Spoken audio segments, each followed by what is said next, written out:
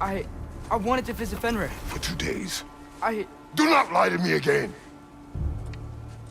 Why did you come here? Alone? Do you seek death? No more than you. Then why? Why? What is it you will not tell me? I have tried to walk this path with you. We follow your every whim. But you don't believe in any of it. And still I follow. Because all that matters is that you are safe. But that's not all that matters. Who's keeping you safe? I do not need you to protect me. You sure about that? What do you know? I can't talk about it. But I just need you to trust me. You kept secrets, but I trust you. That is not the same. Why not? You hid things. Mother hid things. You had good reasons, and so do I. Why can't you just... Survive in the cave, keep me unstoppable. Gonna walk through hell, gonna shake the walls. Survive, survive in the cave. Living the impossible, I'm a champion indestructible. Survive, 'cause I survive in the cave. Survive in the cave.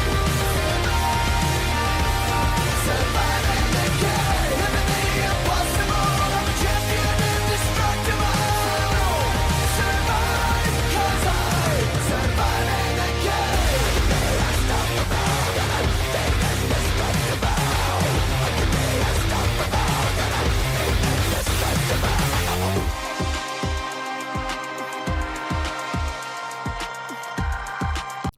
Kratos was born to the Greek gods Zeus and Callisto. Much like all Spartans, he and his brother Deimos would endure a brutal lifestyle, where at some point Kratos would become a captain and would eventually marry a woman named Lysandra, where the two would have a daughter named Calliope.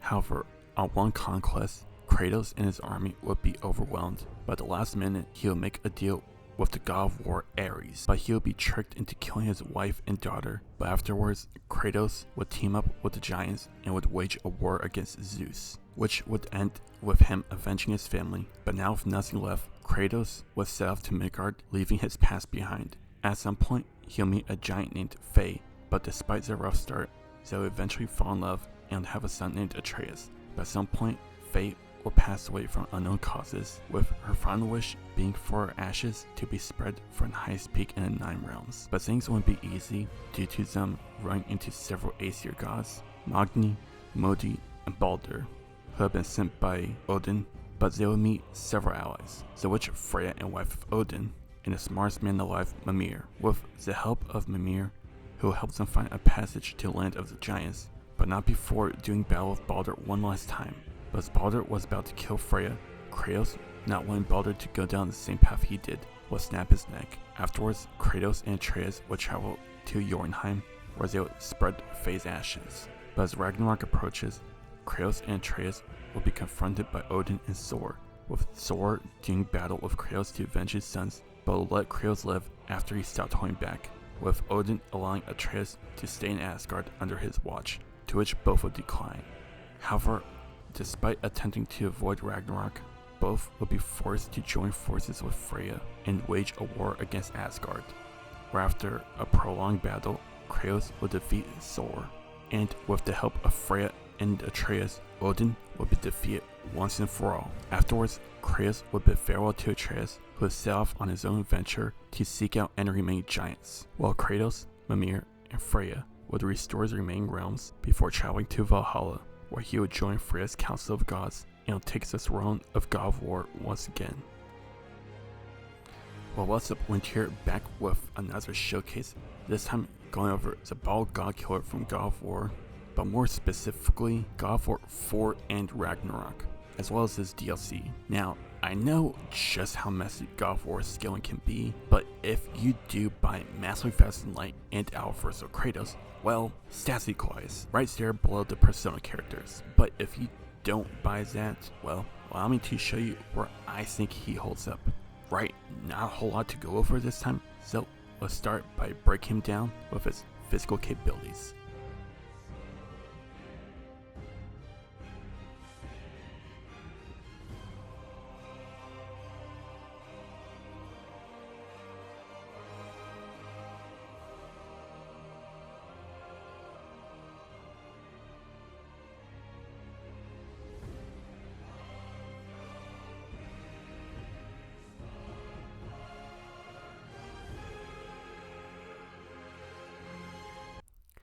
By the end of Ragnarok, Kratos will likely be several centuries years old, but appears to be in his mid if not late 40s, staying at 6'4" with a muscular build. In terms of strength, he's insanely strong. He casually lifted and swung tree trunks, broke through stone with his bare hands, and while holding back and rusty, damaged and even incapacitated Baldur, despite Baldur being invulnerable for half the game, with Baldur being strong enough to knock out the World Serpent, who can contend with Thor. But speaking of which, Kratos most impressively held his own against Thor, who's way stronger than Baldur. The same Baldur who I just mentioned is capable of knocking out the World Serpent, with Thor's fight with the World Serpent being a stalemate, but at the same time shook the 9 realms. And by the events of Ragnarok, he hit so hard that he sent it back in time. But it's also worth mentioning that Kratos was holding back against Thor in their first fight, which Thor points out several times. When clashing with Thor, they cracked the World Tree. But even when Kratos stops holding back, he at least staggers Thor, the same Thor who slaughtered hundreds if not thousands of powerful giants by himself. With his fight with Fate, both were going all out, which formed the canyon in Vanaheim. He also overpowered Thor in their second fight consistently, as well as contend with Odin, who's stronger than Thor, who killed Ymir and created 6 of the 9 realms. But bear in mind that Kratos won this with the help of Atreus and Freya. He also fought and defeated Tyr, who's one of the strongest Aesir gods, but it's worth mentioning that both were getting stronger after every fight.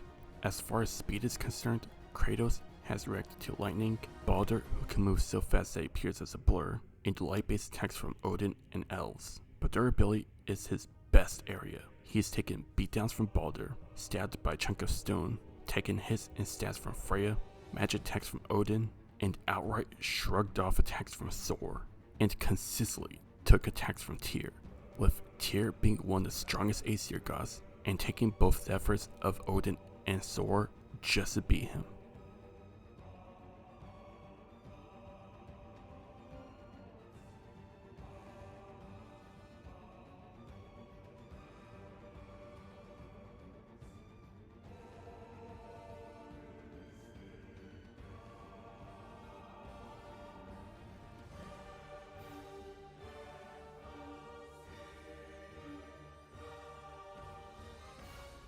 Kratos carries a total of 5 weapons. The first is an axe named Leviathan, which was given to him by Faye.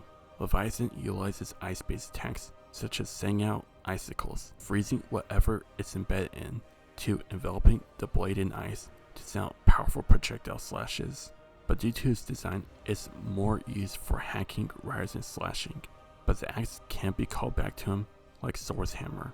But his iconic weapons are the Blades of Chaos, 2 short swords attached to chains to pull himself to an opponent or an opponent to him, as well as being able to swing the blades around for better range. The Blades of Chaos also utilize fire-based attacks, from enveloping the blades in flames to decrease the damage of his attacks, to sending out sparks of flames.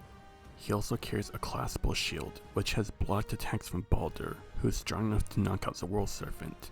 However, the shield has been damaged by a single slash from Freya and attacks from Thor, meaning that with enough damage it can be destroyed, but the shield can absorb projectiles and fire them back. He carries a spear dubbed Dronper's Spear, made by the Lady of the Forge but designed in the form of a ring, which can make copies of the spear, allowing him to manifest at will and rain down these copies. The spears can also detonate, delivering a small explosion that can destroy stone and blow off limbs. He also carries a knife, which seems to be more designed for skinning and stabbing. For armor, Kratos wears a shoulder pauldron and bracers, adding a lightweight set of armor in order to not hinder his movements.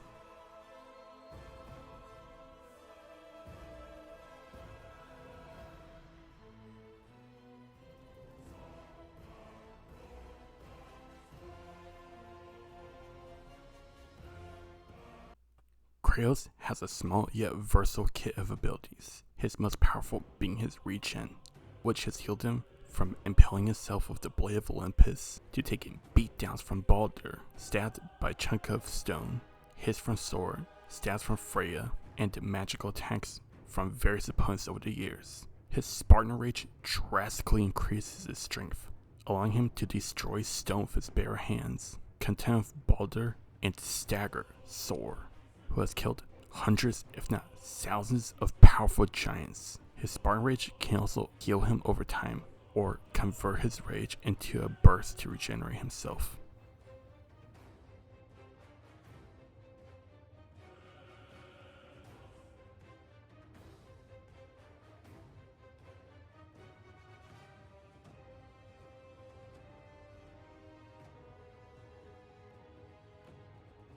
Just like all characters who use weapons, I'll be using Star Wars lightsaber fighting forms to better analyze and illustrate how a combatant approaches combat.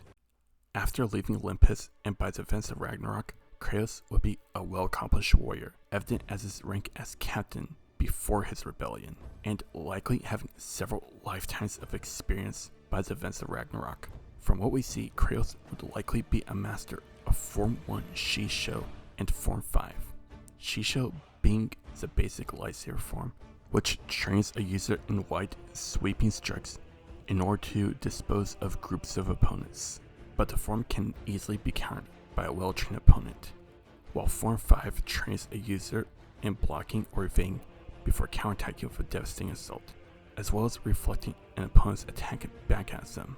As a Spartan, he should be skilled in Pinkerton, which seems to be a combination of boxing and wrestling maneuvers, which he seems to take a brawler approach when it comes to close quarters, mainly to punch or tear his opponents apart once he has his hands on them. Skill-wise, Kratos is one out of a few characters I can think of who can use the aggressive style effectively, choosing to tear through his opponents or beat them down to utterly destroy them.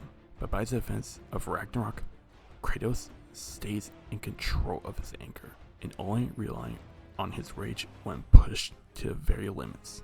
But with centuries of experience, he's a force to be reckoned with, such as how he defeated the Valkyries, who are Asgard's elite warriors, and even Sigrun, the queen of the Valkyries, and Gore, who became the new Valkyrie queen, and even defeated the likes of Baldur, who, despite being unstable, is still a respectable warrior among the Aesir gods, and even defeat Odin, who can contend with Tyr, as well as Heimdall, who can read an opponent's moves and slow down time.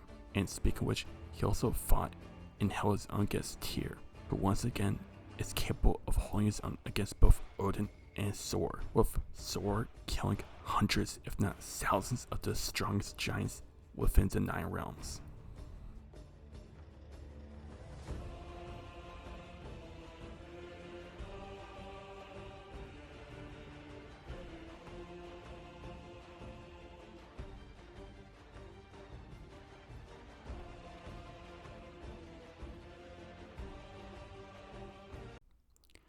Well, this is certainly a messy ranking, but I have an idea where Kratos ranks. Going over the characters he beats, he easily dominates most of S tier. The only characters who can even begin to challenge him are the Final Fantasy characters, since they have better hacks and abilities. But honestly, that's about it. Kratos is stronger and more durable. Nero, while not having bad stats, could put up a decent fight. However, Kratos is one bring a better kit, and quite frankly, is using Nero's exact same fighting style, but better, giving Kratos better odds against Nero. Now, Ichigo is an interesting case. Don't get me wrong, Kratos does have slightly better stats, except for speed since they're about even. However, Ichigo isn't exactly out of the fight, since he has consistently matched and defeated captains and lieutenants with hundreds of years of experience. But if Ichigo goes into his Bankai quickly enough, you could maybe make an argument for Ichigo winning. And the same could be said for Kenpachi. Self-scaling for an anime has done wonders for the verse. But based on how things stand right now in a 1000-year Baldur anime, I'll say this is a 50-50, unless Kenpachi breaks out Shikai or Bankai. And third time's the charm, because the same can be said about Byakuya. But more times than not, I slightly favor Byakuya due to him being more experimental, and his Zanpakuto being able to cover large AoE spaces, especially by the time of the 1000-year Blood War.